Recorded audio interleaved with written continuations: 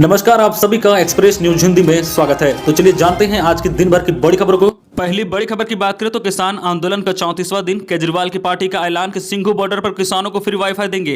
कृषि कानून के खिलाफ किसानों का आंदोलन का 34वां दिन है। आम आदमी पार्टी के नेता राघव चड्ढा ने कहा है कि सिंघू बॉर्डर पर किसानों के लिए फ्री वाईफाई की सुविधा दी जाएगी। दूसरी तरफ विपक्षी दलों की ओर से भारतीय किसानों को गुमराह करने के आरोप पर भारतीय किसान यूनियन के प्रवक्ता राकेश टिकैत ने जवाब दिया है। उन्होंने कहा कि विपक्ष इतना मजबूत होता तो किसानों को आंदोलन की जरूरत नहीं पड़ती।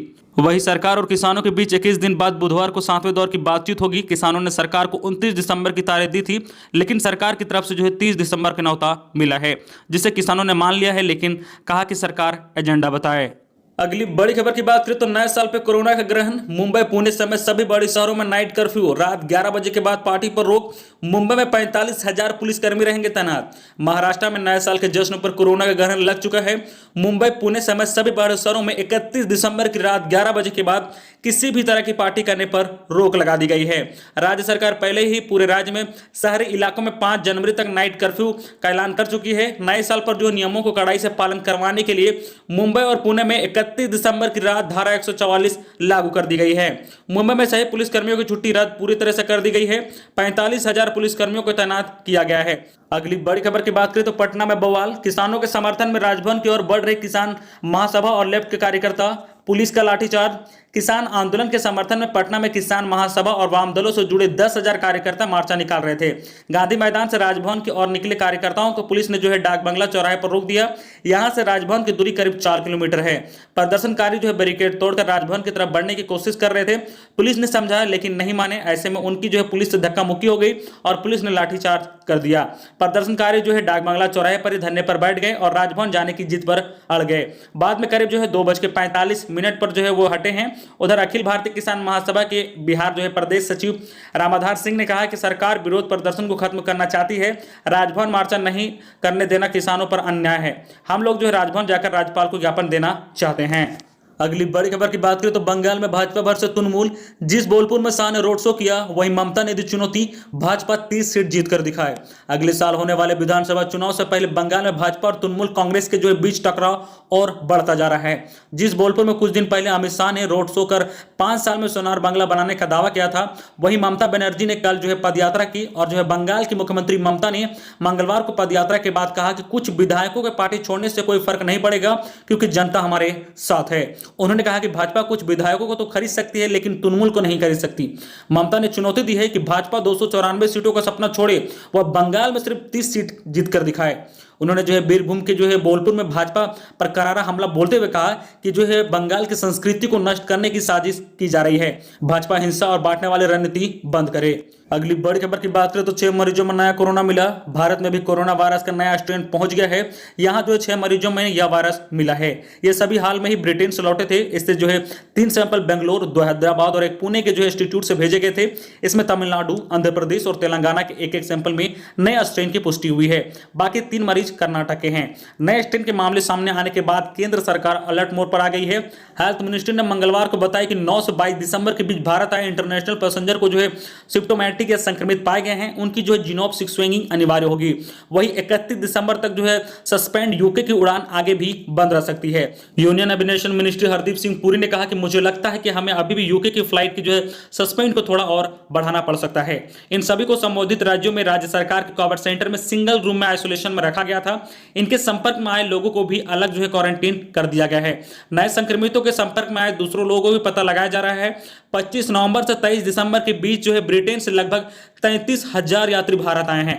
इनमें से अब तक 114 लोग कोरोना पॉजिटिव पाए गए हैं। कुछ और सैंपल में नए जीनोम का पता लगाया जा रहा है। अगली बड़ी खबर की बात करें तो शिवराज कैबिनेट ने लव जिहाद पर धार्मिक स्वतंत्र अध्यादेश 2020 को दी मंजूरी। मध्य प्रदेश की शिवराज चौहान कैबिनेट ने लव जिहाद को रोकने के लिए सख्त कानून धर्म स्वतंत्र अध्यादेश को राज्य में अध्यादेश के तौर पर लागू करने की मंजूरी दे दी है।